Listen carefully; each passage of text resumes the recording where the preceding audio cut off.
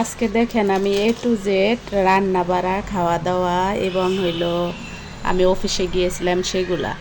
আসলে দেশের পরিস্থিতি এত খারাপ, বন্যার কারণে মানুষ কত বন্দি হয়েছে, কত গবাদি পশু মারা গেছে, কত কিছু যে হচ্ছে দেশে। অনেক মা বোনেরা ভিজা কাপড়ে আছে, তারা আসলে কাপড়ের জন্য আর্তনাদ করতেছে।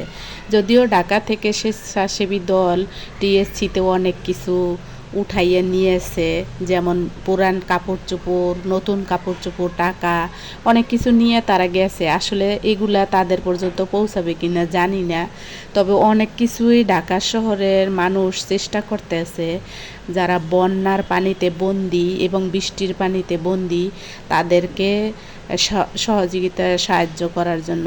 আর আপনারা সবাই জানেন যে যারা সরকারি চাকরি করে তাদের একদিনের বেতন অলরেডি কাটা হয়ে গেছে। প্রত্যেকের একদিনের বেতন কাটলে অনেক টাকা, যেগুলো দিয়ে কুমিল্লা, ফেনী, নোয়াখালী যে এলাকাগুলো বন্যায় তলিয়ে গেছে তাদেরকে খাওয়া দাওয়া, অনেক দিন পর্যন্ত তাদেরকে নিরাপদ স্থানে রাখা সবই সম্ভব। তাই আমি বলবো দেশের মানুষ হতাশা হওয়ার কিছু নাই। যারা বন্যায় আটকা পড়েছেন, বন্যার পানিতে আটকা পড়েছেন, তাদের হতাশা হওয়ার কোনো কারণ নাই। কারণ দেশের মানুষ অনেক চেষ্টা করতেছে সবার থেকে টাকা তুলে। আমাদের বেতন কেটেছে, তার পাশাপাশি আমরা বাসায় এসে মানুষ নিচ্ছে, রাস্তায় নিচ্ছে, অফিসে নিচ্ছে এককভাবে, সেখানেও কিন্তু আমরা একটু একটু করে দিচ্ছি। এবং অনেকেই বিকাশ খুলেছে, সেখানেও আমরা একটু একটু করে দিচ্ছি। তার মানে চারিদিক থেকেই সাহায্য আসতেছে। এমন না যে সাহায্য আসতেছে না, কিন্তু সেগুলা সঠিকভাবে যেন তারা পায় এই দোয়া করি। এবং যারা এগুলো করতেছে তারা যেন ভালো মনে, ফ্রেশ মনে, পবিত্র মনে তাদের পর্যন্ত পৌঁছাই দেয়। যে কারণে টাকাগুলা তোলা হয়েছে, কাপড়গুলা তোলা হয়েছে, সেগুলা যেন তারা সঠিকভাবে পায়। ওষুধ, চেলাইন, প্যাড, এগুলা অনেক কিছুই কিন্তু মানুষে তুলছে এবং সেখানে আমরা কম বেশি টাকা দিয়েছি। আমি আশা করব যারা বন্যার্থতে আটকে আছে তাদের হতাশা হওয়ার কিছু নাই। ধৈর্য সহকারে এই দুর্যোগকে মোকাবেলা করেন। সবাই সবার জন্য, আমরা সবাই সবার জন্য চেষ্টা করব, যে যেখানে আছি, যেভাবে আছি, খেয়ে থাকি না খেয়ে থাকি, কিন্তু মানুষ মানুষের পাশে দাঁড়াবো, এটাই হলো আমাদের কামনা। আপনাদের সাথে আসলে আমি যুক্ত হয়েছি এই কারণে যে আমি কম বেশি আমার জীবনের কথা তুলে ধরব। কিন্তু দেখেন আমি চ্যানেল খোলার সাথে সাথেই দেশের পরিস্থিতি একটার পর একটা এত ভয়ঙ্কর হচ্ছে যে কি রান্না করব, কি খাওয়া দাওয়া করব, কি আপনাদেরকে দেখাবো আমি নিজেই ভেবে পাচ্ছি না। এত আমাদের বাংলাদেশ এত দুঃখে জর্জরিত যে আসলে এগুলো বলার ভাষাও খুঁজে পাই না। যাই হোক, সবাই আমার কথাকে পাগল মনে করবেন না। আর আমি হয়তো একই কথা বারবার বলি, আপনারা হয়তো বিরক্ত হইতে পারেন। আমার আশেপাশে অনেক শব্দ থাকবে, অনেক নয়েজ বলে যেটাকে, সেটা হবে ভিডিওতে।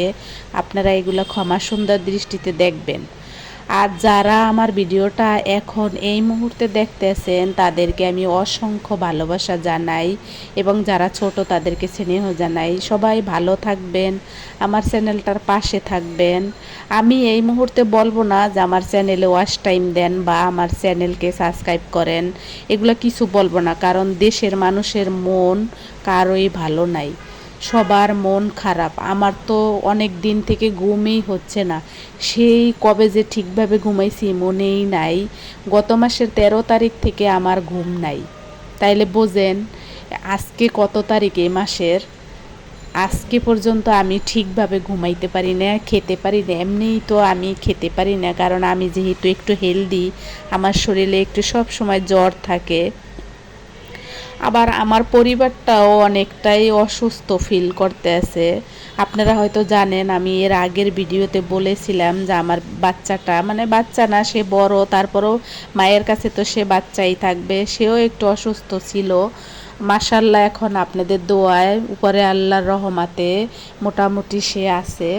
কিন্তু চারিপাশের এইসব দেখে বাচ্চাটার মনটা একেবারেই ছোট হয়ে গেছে। কি করব, এরকম অনেক বাচ্চা যাদের মন ছোট হয়ে গেছে দেশের পরিস্থিতি দেখে, হয়তো অনেক বাচ্চা ভেঙেও পড়েছে, তবে আমি বলবো যে সবাই ধৈর্য সহকারে সাহসের সাথে মোকাবেলা করতে হবে, কারণ দেশে কোন সময় কোন ধরনের দুর্যোগ আসে কেউ জানে না। এই কারণে সব সময় আমাদের তৈরি থাকতে হবে যে কোনো পরিস্থিতি মোকাবেলা করার জন্য। আসলে আমরা ওইরকম সাহসী না, আমরা বাঙালি মেয়েরা সব সময় একটু আবেগী, একটু নরম মনের, একটু নরম প্রকৃতির।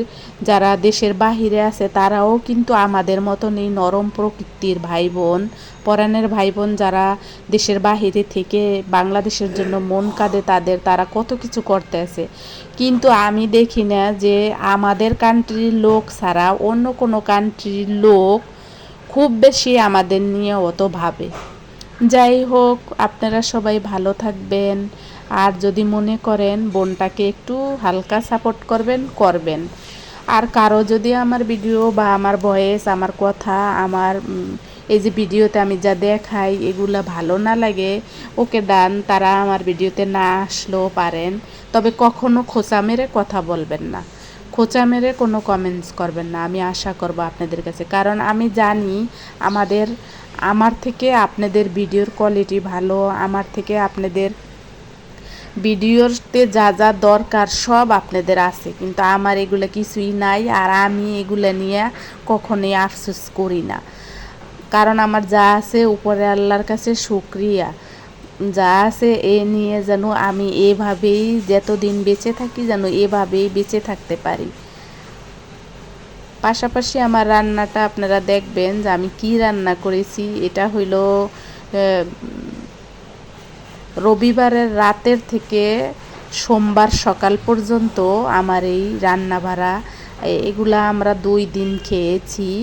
2 দিনের জন্য আমি রান্না করছি। আপনারা জানেন ঢাকা সিটিতে গ্যাস থাকে না, যদিও আমার একটা সিলিন্ডারের ব্যবস্থা আছে, কিন্তু যখন গ্যাস থাকে তখন এই রান্নাটা করে রাখি, তারপরে যখন আবার গ্যাস আসে আবার গরম দিয়ে রাখি। এভাবেই আমরা আমাদের জীবন চালাই ঢাকা সিটিতে। হ্যাঁ, তবে আল্লাহর কাছে, আল্লাহ আমাদেরকে যেতটুকু দিয়েছে নিয়ে আমরা শুকরিয়া, আমরা এটাতেই অনেক খুশি। উপরের আল্লাহ যেন আমাদেরকে এভাবেই রাখে। দেখেন, সবশেষে কিছু বাজার এনেছিল, তারপরে থাকবে আমি অফিসে গিয়েছিলাম, বৃষ্টির পরে আমি অফিসে গিয়েছিলাম। এখানে কিছু কুশি থাকবে, যেটাকে আপনারা চিচিঙ্গে বলেন, আমাদের দেশে কুশি বলে। কিছু বেগুন, কিছু মূলা, কিছু লাউ পাতা, একটা লাউ, এগুলা এনেছিল। আপনারা তো জানেন ঢাকা সিটিতে এখন সব কিছুর দাম অনেক বেশি, কিন্তু তবুও তো বেঁচে থাকতে হবে, খেতে হবে। এই তো এইভাবেই আমরা চলছি। অনেকেই অনেক ধরনের মন্তব্য করেন, অনেক ধরনের কথাবার্তা বলেন, এগুলা থেকে বিরত থাকেন, যেটা ভালো সেটা তুলে ধরেন, সবাইকে সাহস দেন, সবাই যেন ভালোভাবে বাঁচতে পারে এক মুঠো ডাল ভাত খেয়ে। সবাই এই দোয়া করবেন, সবাই সবার পাশে দাঁড়াবো, দুর্যোগ মোকাবেলা করব। এই দেখেন, আমি সব শেষে আমার অফিসে রওনা দিছিলাম। এটা ছিল সকালের একদম 7:30টার ভিডিও। রাস্তায় আমি যাচ্ছিলাম, যদিও বৃষ্টি অনেক, বৃষ্টির পরে একটু কোনো রকম বৃষ্টি নাই, এই সময় একটা রিক্সা নিয়ে তাড়াতাড়ি করে চলে গেছিলাম আমি অফিসে।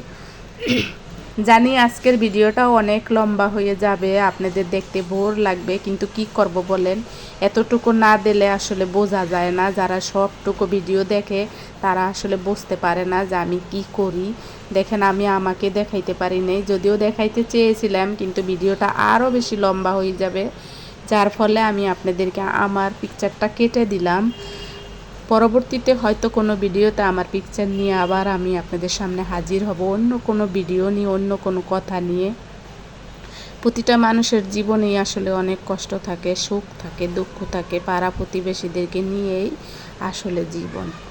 এই দেখেন বৃষ্টির ওয়েদার কেমন, বৃষ্টি হয়ে গেছে, তারপরে রাস্তাঘাটের অবস্থা ভালোভাবে আমার মোবাইলে বোঝা যায় না, আপনারা জানেন আমার মোবাইলটা কেমন।